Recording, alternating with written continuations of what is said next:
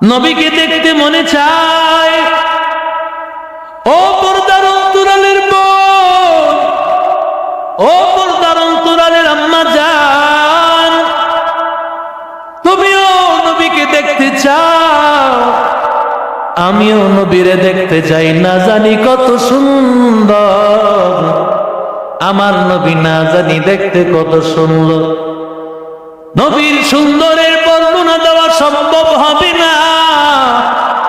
এত সুন্দর করে আমার আল্লাহ আমার নবীকে বানিয়েছেন। এরে আল্লাহর গোলাম, কেউ যদি নবীরে স্বপ্ন দেখতে চায়, একটা আমল করা লাগবে। 1 নম্বর, গুনাহ ছেড়ে দিবে, গুনাহ সে করবে না। 2 নম্বর, বৃহস্পতিবার দিবাগত রাত্রিতে, বৃহস্পতিবার দিবাগত রাত্রিতে রাতের বেলায় আল্লাহর বান্দা ওযু করবে, ওযু করিয়া 2 রাকাত নামাজ আদায় করবে। এইভাবে প্রত্যেক রাকাতে সূরা ফাতিহার পরে 11 বার সূরা ইখলাস, 11 বার আয়াতুল কুরসি। দুনো রাকাতে, প্রথম রাকাতে সূরা ফাতিহা 1 বার, সূরা ইখলাস 11 বার, আয়াতুল কুরসি 11 বার। দ্বিতীয় রাকাতে আবার একই রকম আমল, সূরা ফাতিহা 1 বার, সূরা ইখলাস 11 বার, আয়াতুল কুরসি 11 বার। এরে আল্লাহর গোলাম, এইভাবে যদি আমল করিয়া আর আল্লাহ তাআলার কাছে দোয়া করার আগে এইভাবে বান্দা একটা দরুদ শরীফ পড়তে পারি। আল্লাহুম্মা সাল্লি আলা মুহাম্মাদিন নাবিয়্যিল উম্মিয়্যি ওয়া আলা আলিহি ওয়া সাল্লিম তাসলিমা। আল্লাহুম্মা সাল্লি আলা মুহাম্মাদিন নাবিয়্যিল উম্মিয়্যি ওয়া আলা আলিহি ওয়া সাল্লিম তাসলিমা। পয়গম্বরের উপর দুরূদ শরীফ পড়বে আর আল্লাহর কাছে দোয়া করবে, দয়ার মালিক, আয় আল্লাহ নবীর স্বপ্ন যুগে দেখাইয়া দাও। কারণ নবী বলেন, মান রাআনি ফিল মানাম ফাকাদ রাআনি ফা ইন্নাশ শাইতানা লা ইয়াতামাসসালু বি। কেউ যদি আমি নবীরে দেখলো, সে যেন আমি নবীকেই দেখলো। কারণ শয়তান আমার আকৃতি ধারণ করতে পারে না রে ভাই।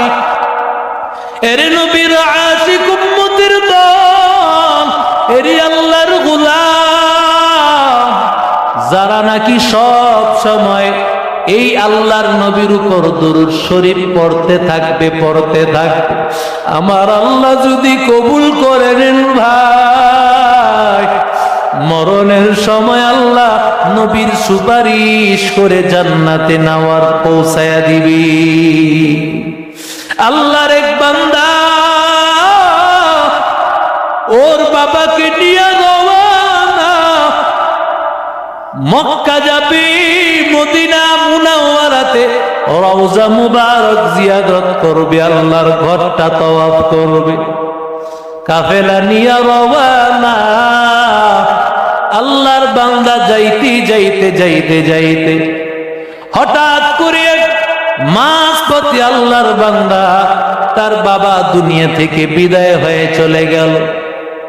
বাবা ইন্তিকাল করার পর এবার বাবাকে রাখিয়া তারা চলে যায়। আমি তো বাবাকে রাখিয়া চলে যেতে পারি না, বাবার দাফন করা লাগে।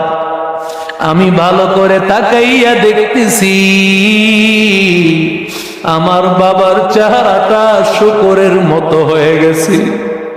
আমার বাবার চেহারা শুকরের মতো হয়ে গেছে রে ভাই। এই অবস্থা আমি কার কাছে বর্ণনা করব? চেহারাটা আমি ঢেকে রেখেছি, কাউকে বলতে পারতেছি না আমার বাবার চেহারাটা এমন হয়ে গেছে। ভিতকুটে চেহারা, বিশ্রী চেহারা, মনে হয় যেন শুকরের চেহারা। এরে আল্লাহর গোলাম, টেনশনে পড়ে গেলেন, পেরেশানিতে পড়ে গেলেন। আল্লাহর বান্দা কি করবেন? বাবারে কিভাবে জানাজা দিবেন? এরে আল্লাহর গোলাম, আল্লাহর বান্দা টেনশন আর পেরেশানিতে রাতের বেলায় ঘুমাইয়া যায়।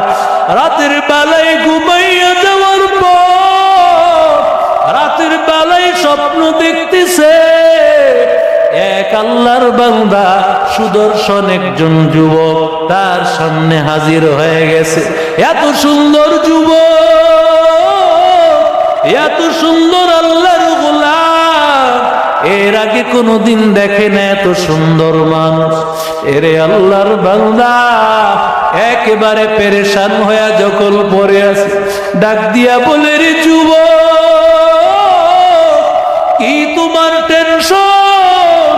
যুবক ডাক দিয়া বলে, ও ভাই, আমার টেনশন হলো আমি আমার বাবারে নিয়ে বাইতুল্লাহ রওনা করেছিলাম, কিন্তু রাস্তায় আমার বাবাই মারা গেল। কিন্তু আল্লাহর কুদরত, আমার বাবার চেহারাটা শুকরের মতো হয়ে গেছে। আমি বড় পেরেশানিতে পড়ে গেছি। আমার এই বাবারে গোসল করাইব কিভাবে? আমার বাবার এই লাশটা আমি কিভাবে কারে দেখাইব? টেনশনে পড়ে গেলেন বাবা। আমরা আজানের জবাব দিতে থাকি, আজানের পর কথা হবে ইনশাআল্লাহ। আমরা অল্প কিছুক্ষণ কথা বলি ইনশাআল্লাহ। দোয়া। রাসূল করিম সাল্লাল্লাহু আলাইহি ওই লোকটা রাতের বেলায় ঘুমায় রইছে। রাতের বেলায় ঘুমায় যখন স্বপ্ন দেখতেছে একেবারে সুদর্শন একজন যুবক, আল্লাহর বান্দা তাকায়া দেখতেছি, রে ভাই, সুদর্শন এক যুবক, একজন সুদর্শন যুবক ডাক দিয়া বলতেছে, ভাই তোমার কি হয়েছে? বলে, আমার বাবা ইন্তেকাল করেছে। বাবা ইন্তেকাল করেছে, হজে আমরা রওনা করেছিলাম, বাবার চেহারাটা শুকরের মতো হয়ে গেছে। এখন বাবাকে নিয়ে বড় টেনশন। এরে নবীর আশিক উম্মতের দল এই চিন্তা আর টেনশন যখন করতে লাগলো, এবার ডাক দিয়া কয়, তোমার বাবাই কই? তোমার বাবাই কই? তোমার বাবার কাছে নিয়ে চলো, তোমার বাবার কাছে নিয়ে চলো। যুবকটা ডাক দিয়া বলতেছে, আমি স্বপ্ন দেখতেছি আমি ওই সুদর্শন যুবকটাকে জান্নাতি চেহারা, ওই লোকটা আমার বাবার লাশের সামনে হাজির। আমার বাবার লাশটা কাপড় দিয়া ঢাকা। আমার বাবার লাশের মুখ থেকে আমি কাপড়টা সরাইয়া দিলাম। কাপড়টা সরাইয়া দেওয়ার পর কি যেন আমার ওই সুদর্শন যুবকটা আমার বাবার চেহারায় হাত বুলাইয়া দিল। বাবার চেহারায় হাত বুলাইয়া দেওয়ার পর আমি তাকাইয়া দেখতেছি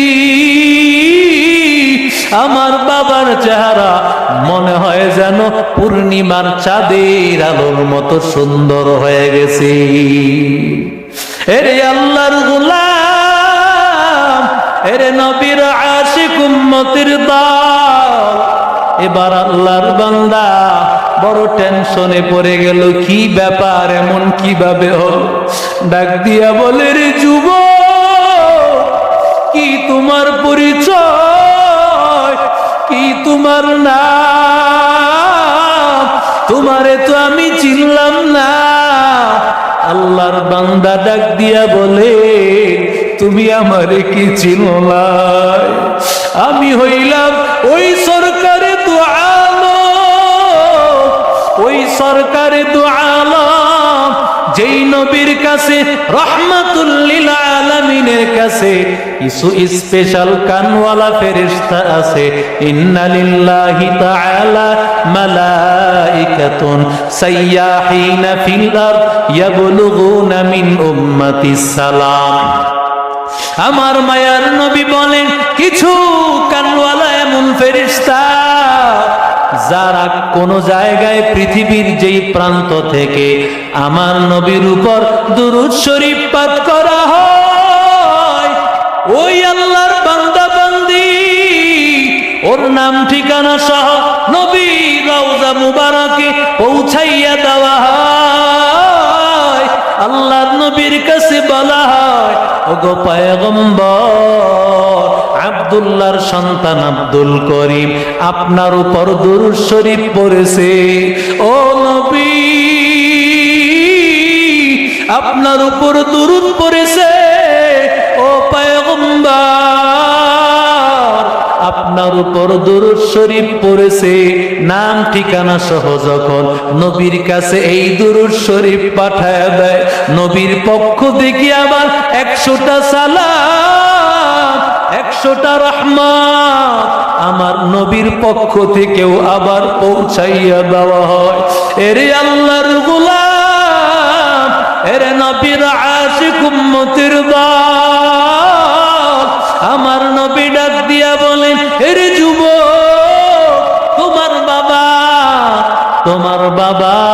তোমার বাবা প্রতিদিন আমার নবীর রওজায় 200 বার করে সকাল বেলায় 200 বার দুরূদ শরীফ পাঠাইত, বিকাল বেলায় আবার 200 বার দুরূদ শরীফ পাঠাইত। কিন্তু আজকে সকাল বেলায় তোমার বাবার দুরূদ শরীফ যখন আমি পাইলাম না, যখন সকাল বেলায় পাইলাম না, আশায় ছিলাম হয়তোবা রাতের বেলায় হয়তোবা তোমার বাবার দুরূদ শরীফ আসবে। রাতের বেলায় যখন আসলো না, বিকাল বেলায় যখন পাইলাম না, আমি ফেরেশতাদেরকে জিজ্ঞাসা করলাম, অমুক আল্লাহর বান্দার দুরূদ শরীফ প্রতিদিন সকালেও আসতো, রাতের বেলায় বিকাল বেলাও আসতো, আজকে কেন ওই দুরূদ শরীফ নাই? কি কারণ? এবার ফেরেশতারা জানাইলো, ও নবী, ও রাহমাতুল লিল আলামিন, আপনার ওই উম্মত আজকে ইন্তেকাল করেছে গো নবী।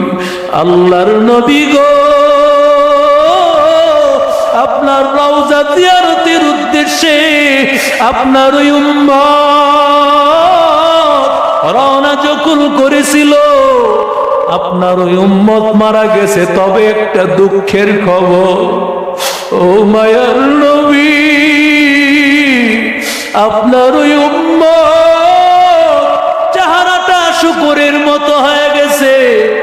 আমার নবী শুনিয়া আর সহ্য করতে পারেন, কারণ ওই নবী তো হলো ইন্নামা আনা লাকুম মাসালুল ওয়ালি। নবী আমার ডাক দিয়া বলেন, ও উম্মতের দল, আমি নবী তোমাদের কাছে বাবার মতো। বাবা যেমন সন্তানকে নিঃস্বার্থ ভালোবাসে, আমি নবীও তোমাদেরকে এতটা ভালোবাসি। এই আল্লাহর গোলাম, এরে নবীর আশিক উম্মতের দল, আল্লাহর নবী ডাক দিয়া কই, আল্লাহর বান্দা যুবক, চিন্তা করিও না, তোমার বাবার জানাজার জন্য পেরেশানি হওয়া লাগবে না। আগামীকাল সকাল বেলায় তুমি দেখবা অটোমেটিক তোমার বাবার জানাজায় মানুষ হাজির হয়ে যাবে। মরুভূমি অঞ্চল, আল্লাহর বাংলা তাকাইয়া দেখতেছে, কোথায় থেকে যেন মানুষগুলি পঙ্গপালের মতো আসতেছে। কোথা থেকে আসতেছে, কে তাদেরকে খবর দিল? আমি জিজ্ঞাসা করলাম, ভাই আমি তো এই আমার বাবার মৃত্যুর খবর কাউকে জানাই নাই, তোমরা কিভাবে জানলা? তোমরা কিভাবে আমার বাবার জানাজায় আসলা? ওই লোকেরা ডাক দিয়া বলে, রে ভাই, আমাদেরকে কে যেন বলল, তোমরা যদি জান্নাতে যেতে চাও অমুক জায়গায় যাও, আমার এক বান্দার ইন্তেকাল হয়েছে, ওর জানাজায় হাজির হতে পারলে, ওই আশিক রাসূলের জানাজায় উপস্থিত হতে পারলে তোমাদের সব গুনাহ মাফ হয়ে যাবে। আরে আল্লাহর গোলাম, ওই নবীর উপর দুরূদ সারিও না, ওই নবীর উপর দুরূদ সারিও না রে বোন। ওরে ভাইরা, ও আল্লাহর বান্দিরা, ও নবীর আশিক উম্মতের দল, কারণ নবীর উপর দুরূদ পড়িয়া কেউ ঠকে না। এক আল্লাহর বান্দা, ওকে জাহান্নামের ফয়সালা করে দেওয়া, জাহান্নামের ফয়সালা করে দেওয়ার পর আদম নবী তাকায় দেখে তাকে জাহান্নামে নিতেছে, জাহান্নামে নিতেছে, জাহান্নামে নিতেছে। হাসরের ময়দানে আদম নবীর ডাক দিয়ে কয়, ও মুহাম্মদ, তোমার উম্মতকে একজনকে দেখলাম জাহান্নামে নিয়ে যায়। আমার নবী তো উম্মতের জন্য এত পাগল। আমার মায়ার নবী বলে, ও উম্মতের দল, আমি মায়ার নবী হাসরের ময়দানে বাচ্চাওয়ালা মুরগিরা যেমন ভাবে ওর বাচ্চার জন্য পাগল হয়ে লাফ দিয়া ওই বাচ্চারে তালাশ করে, আর আমি মায়ার নবীও উম্মতকে বাঁচানোর জন্য ওই বাচ্চাওয়ালা মুরগির মতো আমি ফাল দিতে থাকবো। কোথায় আছে আমার উম্মত? একজন উম্মত যেন জাহান্নামে না যায়। ও আল্লাহ, আয় আল্লাহ, তুমি তো বলেছ ওয়ালা সাউফা ইউতিকা রাব্বুকা ফাতারদা। আয় আল্লাহ, তুমি বলেছো আমাকে আল্লাহ তুমি এত দিবা, এত দিবা, আমাকে সন্তুষ্ট করে দিবা। আয় আল্লাহ, আমি সন্তুষ্ট হব না যতক্ষণ না আমার একটা উম্মত জাহান্নামে থাকে। আল্লাহ, এরে আল্লাহর গোলাম, এরে নবীর আশিক উম্মতের দল, এরে আল্লাহর বান্দারা, এরে যুবক, এরে আল্লাহর গোলাম, এরে আল্লাহর বান্দারা, আমার মায়ার নবী ওই উম্মতের পেছনে পেছনে যাইতেছে, আর ফেরেশতাদেরকে বলতেছেন, থামো, আমার উম্মতকে রাখো। ফেরেশতারা নবীর কথা শুনে না, আমার নবীর কথা না শুনিয়া ওই উম্মতকে নিয়ে জাহান্নামে নিয়ে যাইতেছে। উম্মত কি জাহান্নামে নিয়ে যায়? আল্লাহর নবী ডাক দিয়া বলে, ও ফেরেশতা, আমার উম্মতকে থামাও, আমার উম্মতকে থামাও। যখন ফেরেশতা কথা শুনে না, আমার নবী আল্লাহকে বলতেছেন, ও আল্লাহ, তোমার ওই ফেরেশতা আমার উম্মতকে জাহান্নামে নিয়ে যায়। আয় আল্লাহ, ওই ফেরেশতাকে থামতে বলো, ওই ফেরেশতাকে থামতে বলো। ফেরেশতাকে এবার আল্লাহ ডাক দিয়া বলে, ইয়া মালাইকা উসকুন, ও ফেরেশতা থাম, পেছনে তাকাইয়া দেখ, পেছনে কে তাকাইয়াছে, তোর পেছনে কে আছে? পেছনে তাকায়া দেখবে আমার মায়ার নবী রহমাতুল লিল আলামিন। আমার নবী ডাক দিয়া বলেন, ও আল্লাহ, আয় আল্লাহ, ফেরেশতাকে ডাক দিয়া বলবেন, ও ফেরেশতা, আমার এই উম্মতকে কেন জাহান্নামে নিয়ে যাইতেছে? ওর গুনার পাল্লা ভারী, নেকের পাল্লা হালকা, এই জন্য কে জাহান্নামে নিয়ে যায়। বলে তাই নাকি? বলে আরেকবার ওজন করে একটু দেখো না, আরেকবার একটু ওজন করে দেখো না। এবার আমার মায়ার নবী নেকের পাল্লার মধ্যে, আল্লাহর নবী ওই নেকির পাল্লার মধ্যে একটা কাগজের টুকরা দিয়ে দিলেন। সামান্য একটা কাগজের টুকরা দেওয়ার পরে দেখা গেল যখন এবার ওজন করলো, নেকের পাল্লা ভারী হয়ে গেল। নেকের পাল্লা ভারী হয়ে যাওয়ার পরে আল্লাহ বলেন, ও কি জান্নাতি না। فأما من ثقلت موازينه فهو في عيشة راضية وأما من خفت موازينه فأمه هاوية وما أدراك ما هي نار حامية আল্লাহ বলেন নেকের পাল্লা বাড়ি হইলে জান্নাত, চিরস্থায়ী জান্নাত আর নিয়ামতে থাকবে। নেকের পাল্লা যদি হালকা হয় চিরস্থায়ী জাহান্নাম, হাওয়া নামক জাহান্নামে থাকবে। এরে আল্লাহর গোলাম, ওই উম্মতকে যখন আল্লাহ বললেন জান্নাতে যাও, ওই উম্মত ডাক দিয়া বলবে আল্লাহ জান্নাতে তো যাব আল্লাহ, তবে জান্নাতে যাওয়ার আগে আমার মনে